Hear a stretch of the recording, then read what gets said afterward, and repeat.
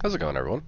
Welcome back to another one of my patch note update note videos. Today we are looking forward to the Ghoul Within.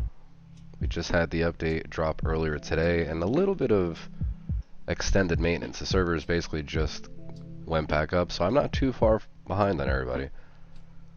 But let's take a quick look at the highlights, and then I'm going to be going through the notes, mentioning things that I find that are important. I'll probably give a good summary based off of comments from the community, perspective from the community myself, and then anything that we skip over, gloss over, we'll make sure that a link to the notes is up if you also want to scroll through it for yourself.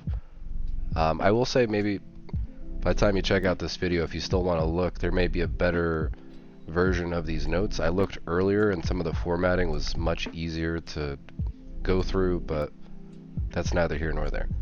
But let's start looking at some of these highlights for today's update. We're looking at Ghoulification, saying take a leap of faith in a new section of the Savage Divide and emerge a full-fledged ghoul.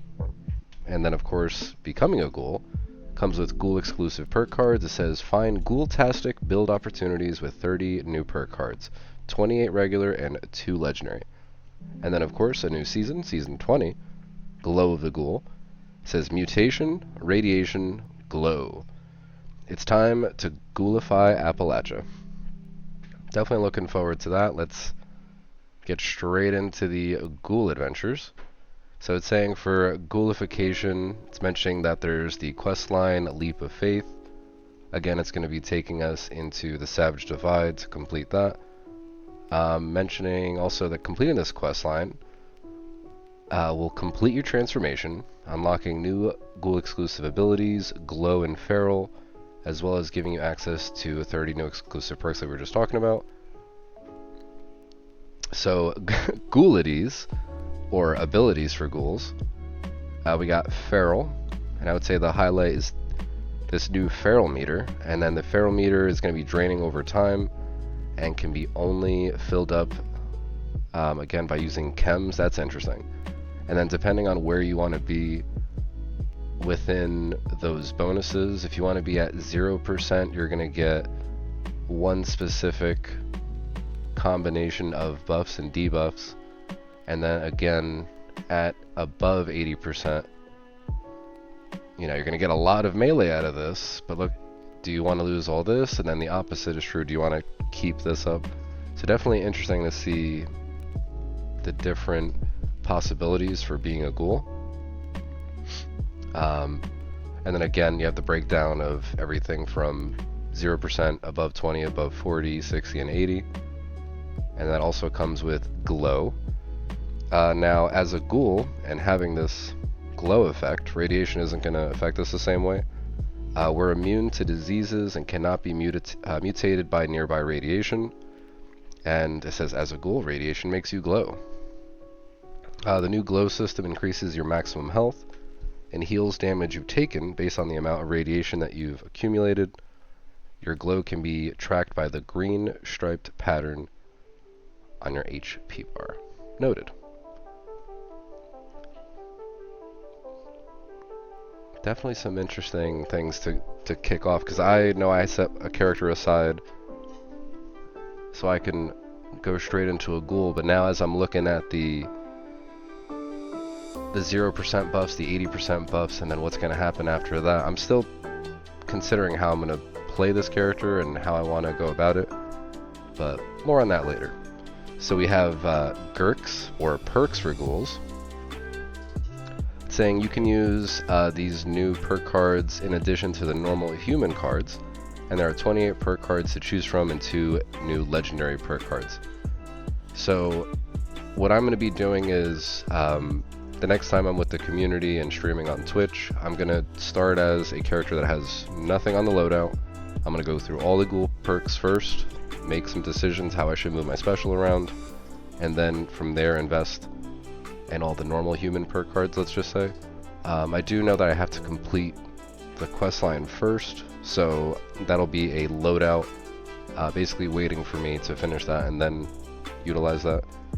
And then for these these ghoul perks, there's definitely some interesting combinations leaning towards melee, leaning towards, you know, the use of radiation. Definitely curious how I'm going to build this character, especially those two legendary perks. But curious. I feel like I'm going to be stacking a lot of strength. Alright, so a Ghoul's Day out. So the key takeaway for this is no matter how well dressed you are, there are still some factions like the Brotherhood of Steel who won't want to interact with you. So you're going to have people kind of turning you away, but you do have a choice. You can also come up with a disguise. As you continue through the quest line, you're going to come across Jay, a new NPC. So Jay will come up with some sort of disguise for us that will allow us to talk to the different factions. I'm very curious to see what happens if you're fully allied and then go to talk to these factions. At that point, do they turn you away even though, you know, you've potentially seen the quest line all the way through? And very curious to see how that's gonna turn, you know, turn different factions against you. And then after you utilize this disguise, if you want to remove it, it says Jay will also remove it. I wasn't sure what kind of disguise we're talking here, but maybe I have to utilize the those like mascot outfits. Walk around with a giant mole rat head or a giant Mr. Fuzzy head. Maybe you're not recognized then. I don't know. That, or maybe you need like a voice box to disguise the ghoul voice, because even if you have a you have a disguise and all of a sudden somebody's like, "Are you sure you're not a ghoul?" "I don't know what you're talking about. I'm just a heavy smoker." That's gonna be interesting. I don't know what else this disguise does, but yeah, I haven't checked out any of the PTS content or anything like this before, so this is all me checking out a lot of this with the community for the very first time, and I'm intrigued. And I'm curious to see what it's gonna build on in the future, or how we can build onto this in the future, I should say. Just because, again, if factions are gonna treat you differently, it kind of feels more Fallout in a way. Because most of the time you're picking a faction, then you have somebody that is against that faction now against you. With 76, when they released the ally system and the ability to, you know, side with the settlers, the raiders, you can go all the way through and be fully allied with both, and there's no like, you don't step into Crater and they're mad at you because you're 100% with Foundation, or the opposite. But it almost feels like if you're choosing to be a ghoul outside of, you know, using a disguise, now you have people that are like, "I don't want to talk to you." But I don't think they're going to attack you though if they see you. Not sure. Again, this can all be built upon in the future. But now here's the thing: if that's too much for you, and you want to go back to humanity, as they're calling it, you will be able to revert back into a human. And then at the same time, you have this one-way ticket, they're calling it. You won't be able to complete the questline to become a ghoul again. So if you do become a ghoul, complete the questline, and then wind up going back, it's going to cost 1,000 atoms for this re-ghoulification process. We've had some conversations already in the community about what this means. I feel like a lot of people are thrown back about this. I would say at the same time, I don't know, 1,000 atoms to become a ghoul. I caught a little bit of the interview with the devs and them wanting it to be impactful. A lot of the conversations we've had with the community is basically like, why not, instead of atoms, why not some sort of existing currency in the game? Because if it's an existing currency in the game, then at least this way, for those that have been playing, let's just say it's gold bullion. That means you have to keep turning in your tickets and going through that, logging in daily. I don't know. I'm not going to dive too much more than that, but this re-ghoulification process is interesting. Because I have a specific character for this ghoul, and if it doesn't work for me, I'm going to go back. But I know not everybody plays with multiple characters or has multiple characters to go back and forth, so it's definitely interesting, their choice here. But moving on. In addition to the Ghoul character that we can turn ourselves into. We have Season 20 to look forward to, Glow of the Ghoul. And then, of course, that's all focused around radiation, ghouls, and more. We have an event kicking off I was going to say in a few weeks, but we still have a month to go. In a month from now, starting April 29th, it says spring is on the way, which means the new themed event begins on April 29th. And then for those that have played in previous years, you've seen different challenges that the community partakes in various rewards. And then even multiple years ago, we had some like milestone rewards. I'm curious to see what they're going to do this time around. And then our goal is to be helping Black-Eyed Susan. It says save her favorite meadow from the overgrown. So I'm not sure if it's the overgrown and it's a meadow. Is that like a hint that it's in the current map and overgrown are coming over? Or do we have to go to where the overgrown are at? Curious. Alright, we also have a level 50 character boost that they're introducing into the game. Another introduction of some Atom themed purchases, right? To help, air quotes, new characters kind of get a head start and other little bonuses. I'll make sure the link for that is also available. Very curious to see why they did this. I would say if you want to know more about my thoughts on the character boost and even the re-ghoulification process of being 1,000 atoms for that and 1,500 atoms for the character boost, swing by the stream. Definitely going to have a lot of conversations this week with the community on Twitch, and I'm curious to see what the YouTube community also has to think, so absolutely leave some comments down below and visit us for the live conversation. But that is the character boost. And then, of course, we have our release notes. I'm not going to go through and read every single one, but I will highlight things that I find important. I kind of want to go straight down to ammo and mention that Plasma and Ultracite cores now display their charge value, which is cool and all, but we're going to be able to utilize those Plasma cores, those Ultracite cores, Fusion cores in addition to that, and throw those into an ammo box. The introduction to the Gleaming Depths made me completely rebuild my character. As somebody who, since beta, had been an unyielding, bloodied character, more recently started messing with overeaters and other builds and being heavy gunner and kind of high health and all that. It's definitely made me go back and rebuild a lot of things. And when I was introduced to that, I may or may not have built hundreds of plasma cores that I didn't I didn't know how much they were going to weigh. I just kind of was like, yeah, craft them all. Wait, oops. So yeah, with today's update, I can now stash a bunch of those effectively. Fusion cores as well will be very useful. I only recently had started using power armor, so again, some, we'll call it like housekeeping in a way, where it's like, let's do a little bit of upkeep, and it's quality of life in that regard, where you don't have to save up a huge chunk of your stash just for some of those. So I know people are looking forward to that. I know people in the community were mentioning the amount of stash weight being taken up from those. Alright, so for armor, definitely a few things in there, but the main one that I saw, and we'll even call it the main one, it says Hazmat and Chinese stealth suits now count as wearing a full matching set of armor. I believe that's related to quests, so if people were unable to complete quests because they're wearing that thinking they were, I don't know. I have no clue. But a few little things here and there. We'll jump on down to camp, saying fixed an issue where workshop items would not place correctly while using free cam in the summer camp shelter. As someone who is about to be building on a different character that I haven't played in quite literally years, I have multiple camp slots available, multiple shelters that I can place, and it's good to know that whatever little issues like that they're fixing, so if I wind up using the summer camp, I won't have any issues.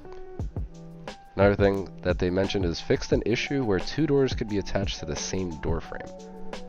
One of my camps has a, we'll call it like doorception, where you go to open up a vault door, and then once it lifts up into the ceiling, it exposes another door. and then you open up another door, and I think it's 4 doors. The initial door is also a fireplace. So it goes fireplace, vault door, and then like 2 other doors that fit within there.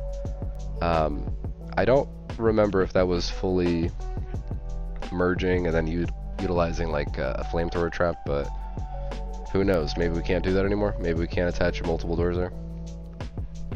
For combat, reduce the health and damage output for super mutants. Thought that was interesting. We're getting a good amount of rebalances too that we'll get into in a second. Cavaliers mod had an issue, and apparently if the player was blocking, it would make them take increased damage.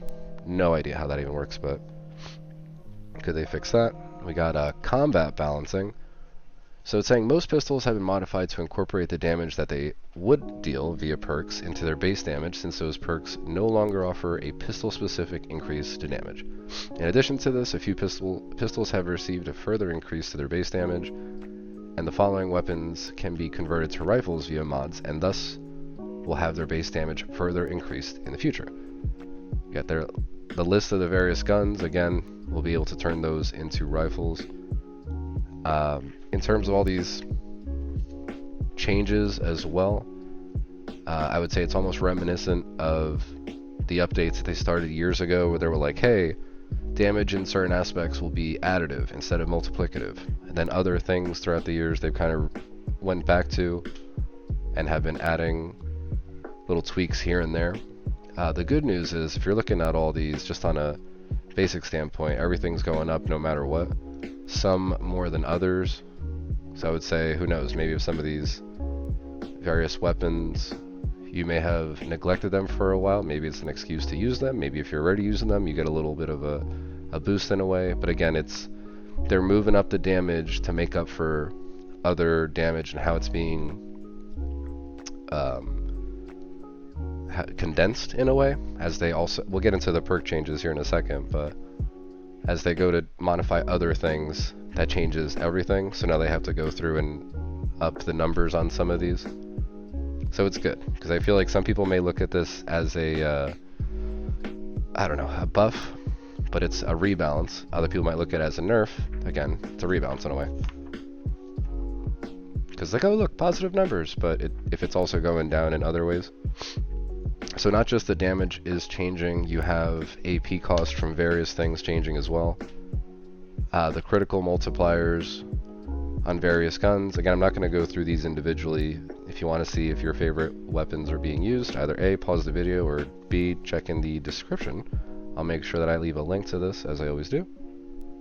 Again, multipliers now for sneak and how that impacts certain weapons. A lot of numbers are going up. That's good to see. Well, crit multiplier, that's great. AP cost is the only thing going down, which is a positive, right? So now moving on to events. The only thing they have there is dangerous pastimes, which it feels like dangerous pastimes has been spawning a lot more recently. I don't know. It says increase the countdown timer of the first stage to allow for more time before interacting with the intercom. Why don't they change encrypted so only the person who spawns the encrypted can pop the encrypted? I don't know, I'm just gonna throw that out there. Don't mind me.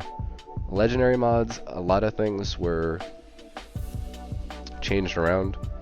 I'm not gonna go through all of these, but I will pick out a few. Again, unfortunately, whatever recent upload of this removes some of the formatting. So earlier when I was looking at it, it was nice and neat. It was like arms keepers and it was like indented and you can read everything. Now it looks like it's just one giant list. But we'll read off the top and then I'll skip around a little bit. It's saying fix the bug that caused legendary mod boxes to drop on death. I really hope none of my mod boxes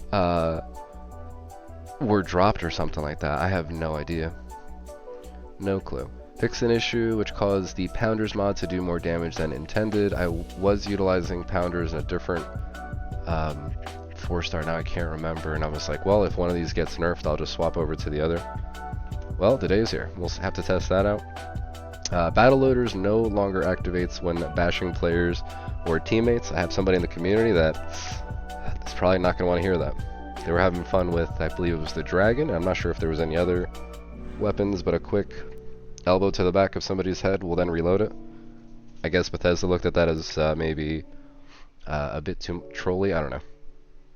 It's funny though, because I was like, okay, that works. The utility of the 4-star. Fixed an issue with Defenders mods where the player took increased damage while blocking. I'm not sure what's up with this. Cavalier and now Defenders, if you blocked, you would take more damage. So strange. Conductors now correctly grants 5% health and AP on successful critical hits. Then we got legendary mod boxes can now be scrapped for legendary modules.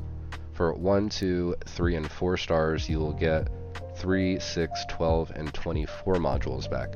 I know a lot of people, with the introduction of legendary crafting and mods that we had kind of overflowing for breaking down so many things, people were selling them to vendors, just kind of throwing them out.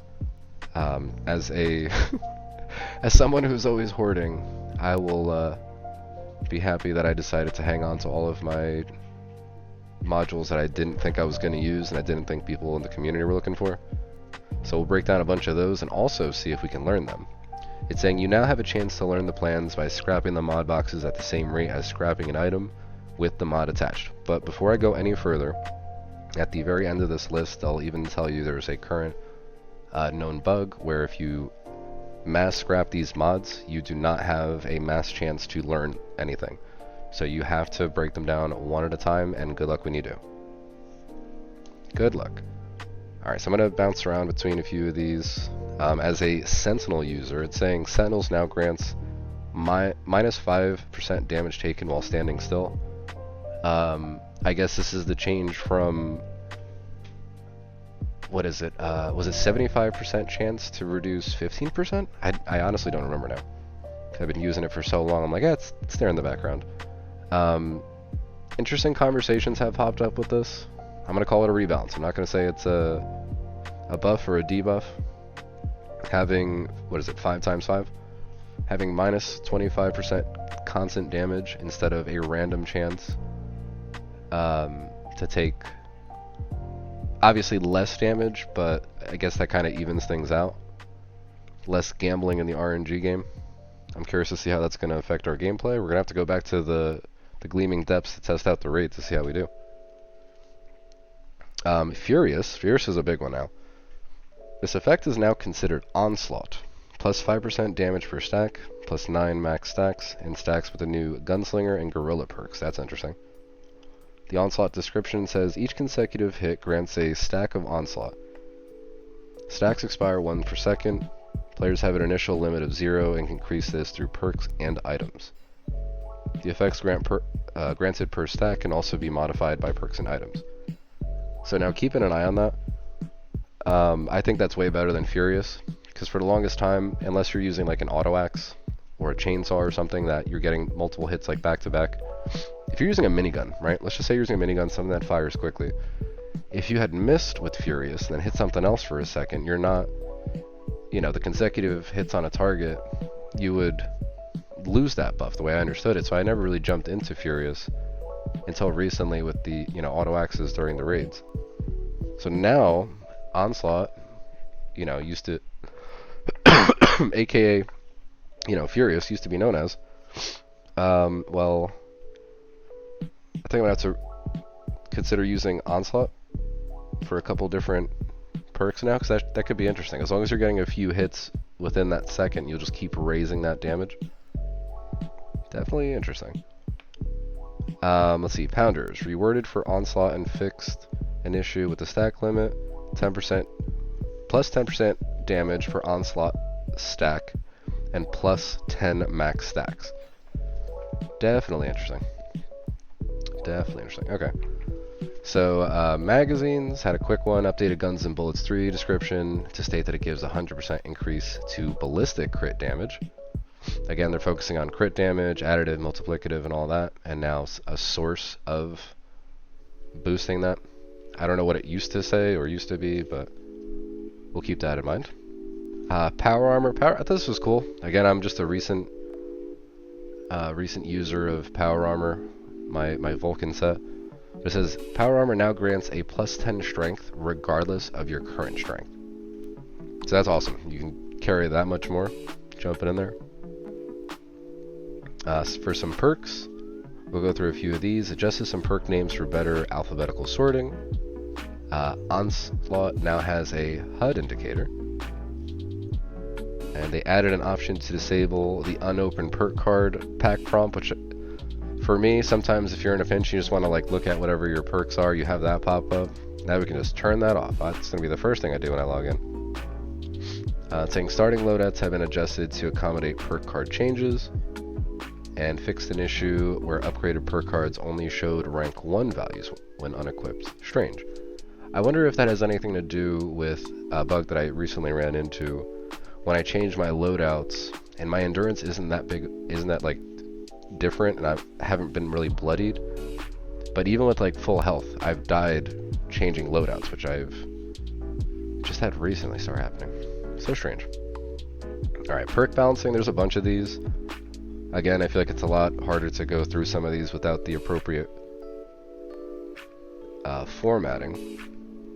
But you'll have multiple perks going from either 3 to 1 or 3 to 2 depending, and then in that case they're making up for the differences, whether it's damage difference or some sort of utility.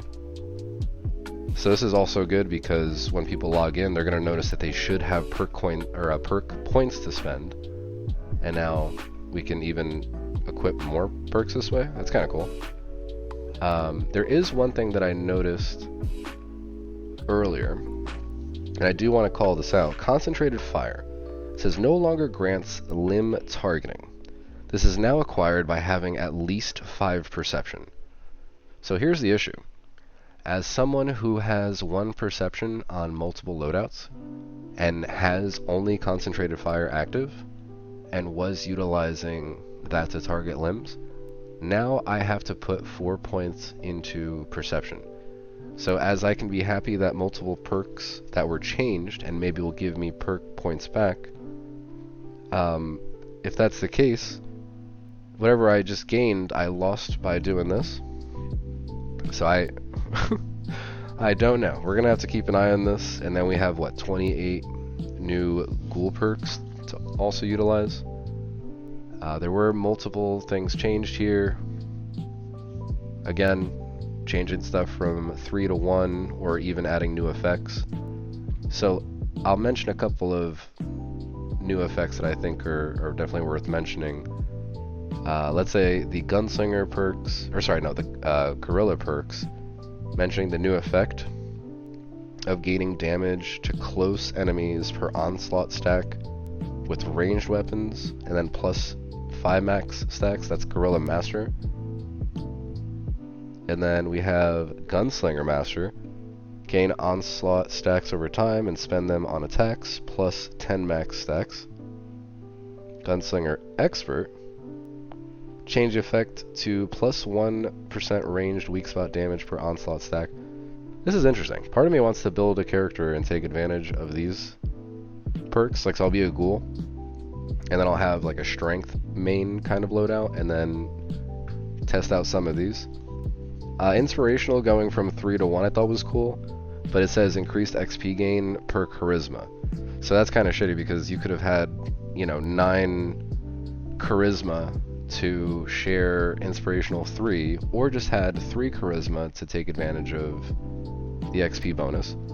But now you need to have charisma all the way up, in addition to potentially having your intelligence all the way up, because intelligence will then give you direct XP gains. So I thought that was kind of a weird one too. But it says, new effect, you and team members gain more XP. This effect scales with charisma.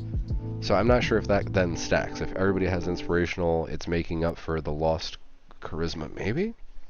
I don't know. Again, there was other perks that were tweaked. Some of these, again, have new effects. We'll mention Pack and Light. Your action points regenerate faster when not encumbered. So that seems very useful, because that is now, instead of a rank 3 card, that's a rank 1 card. that I think I would use. That went from being a utility thing to something that's going to help you do more damage and output more, let's say, AP. Definitely a few things in here. I'm skipping around with my own set of notes here, and again, the format of this page is not optimal, to say the least. But as I go down to the bottom, let's see, what do we got? What do we got? One of the dev notes for multiple things. All 3 searching perks have a chance based on luck to grant a bonus item in certain contexts, such as a medical box or ammo box. In addition, these perks increase the quantity found from all regular loot sources based on luck. Interesting. Another dev note.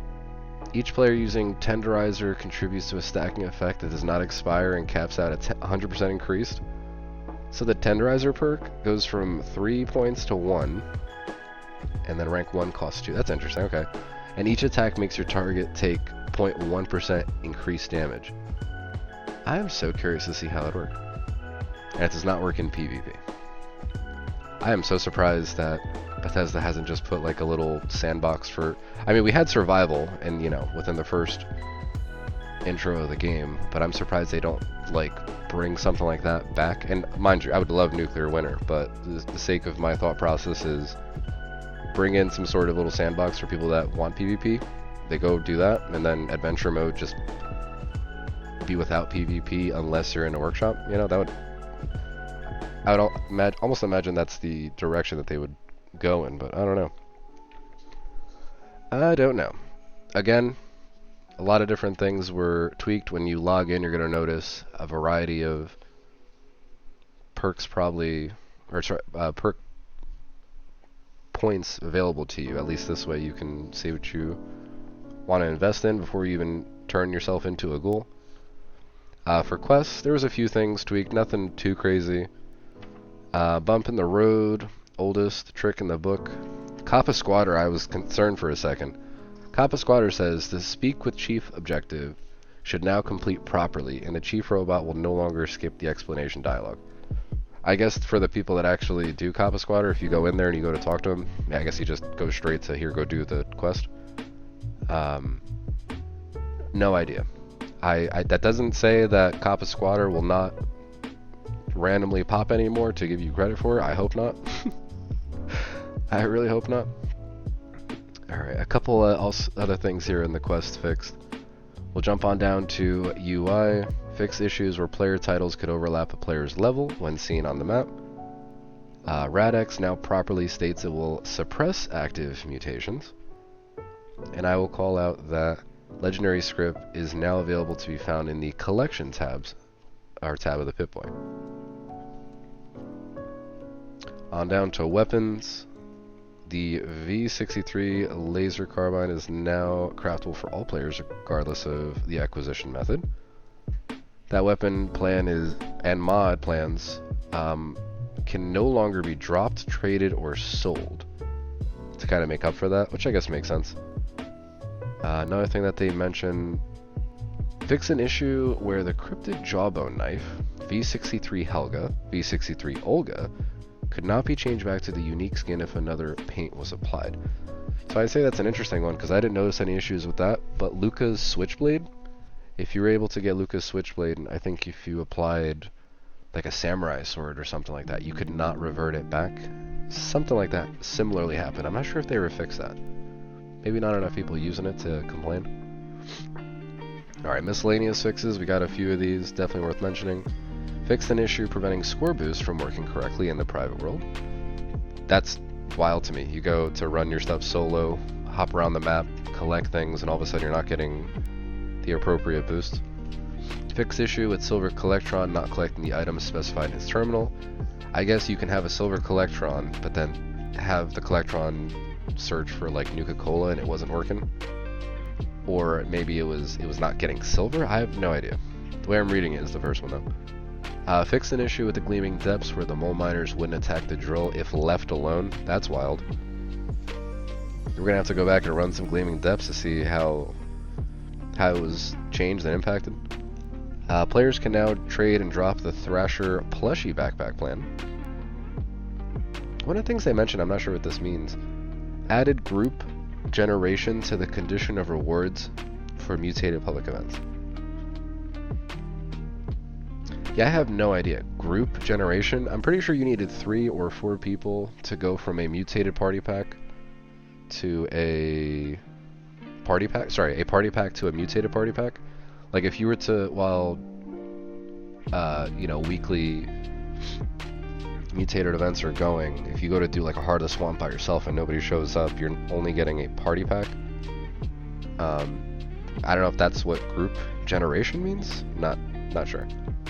Mutated party packs should now properly grant recipes and outfits once players have learned everything. So keep an eye out to see what rare apparel you might be picking up now from party packs. I thought this was cool as well. Pleasant Valley claim tokens no longer have any weight.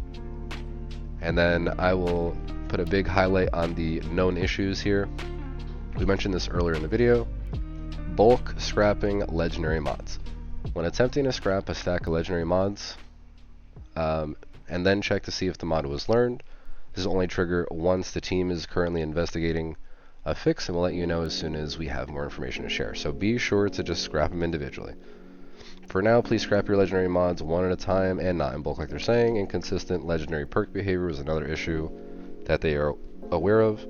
After transforming into a ghoul, players may notice inconsistent behavior with the What Rads, Action Diet, and Feral Rage perks. Namely, the human legendary perks What Rads won't appear as locked away for the transformed character, and the ghoul exclusive perks Action Diet and Feral Rage may still appear locked and unequipable.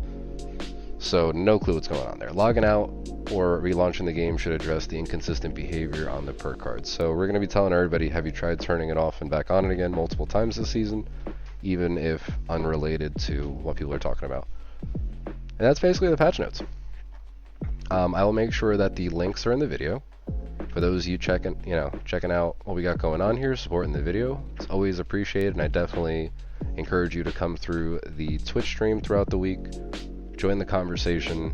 If you have your own stories about jumping into a ghoul today, definitely share them with us. I'm going to be jumping in tomorrow with the community. I'm going to do my best to have this video go live tonight, the day of the update. And then, yeah, let's say Wednesday, Thursday, looking forward to jumping in with the community. I'll be doing the Ghoul questline. I'll be starting Season 20 just after this video, so I get a little head start there. And don't forget to claim your score boost before doing any of the challenges. It's the first thing you got to do. First thing you do, you log into the game, go to your not scoreboard, claim your boost, then go to the options menu and turn off the perk card collection thing, right? Alright, that's it for me, guys. Thank you again. Keep an eye out for more goodies, more YouTube videos. Definitely excited for the new season. Excited to become a ghoul.